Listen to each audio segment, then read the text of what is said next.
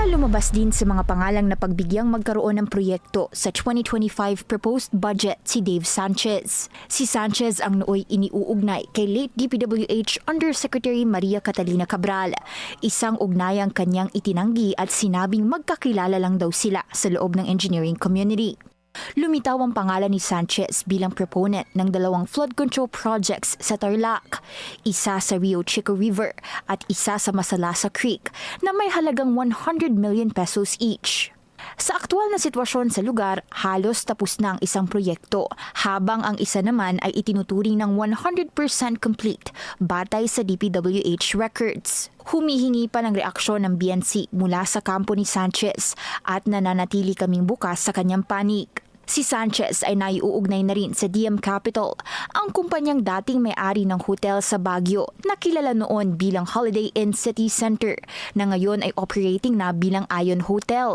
Doon huling naka-check-in si Cabral bago ang kanyang pagkahulog sa isang bangin sa Benguet. Bago pa man mapasok sa kasalukuyang investigasyon, baon na sa problema ang hotel ayon sa aming source.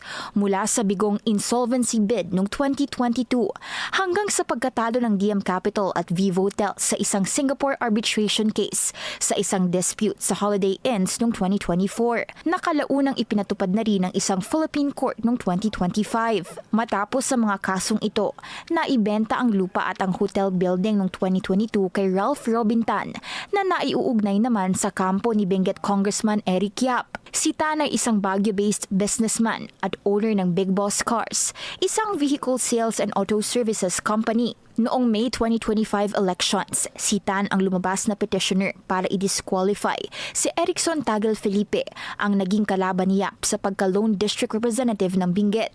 Sa kabila ng rebranding mula Holiday Inn patungong Ion Hotel, nanatili ang financial at legal issues nito at hindi na nabalik ang dating operasyon ng hotel. Una nang sinabi ni Interior Secretary John Vic Remulla na si late Undersecretary Cabral ay itinuturing niyang dating beneficial owner ng hotel at kalaunay inilipat ang ownership sa isang business associate ni Yap, mga paratang na itinanggi ng panig ng Ion Hotel. Si Cabral ay kilalang malapit sa hotel. Itinuring na raw ito bilang parang ikalawang tahanan sa Baguio at naging VIP guest pa sa pagbubukas nito noong 2018 bago muling mag-check-in noong Desyembre, ilang oras bago siya nasawi. Ngayon, habang sinusuri ng mga otoridad ang mga dokumento at transaksyong kaugnay ng hotel at ng flood control projects, tila mas lumilinaw ang mga ugnayan sa pagitan ng mga business, contract at taong nasa likod ng mga ito.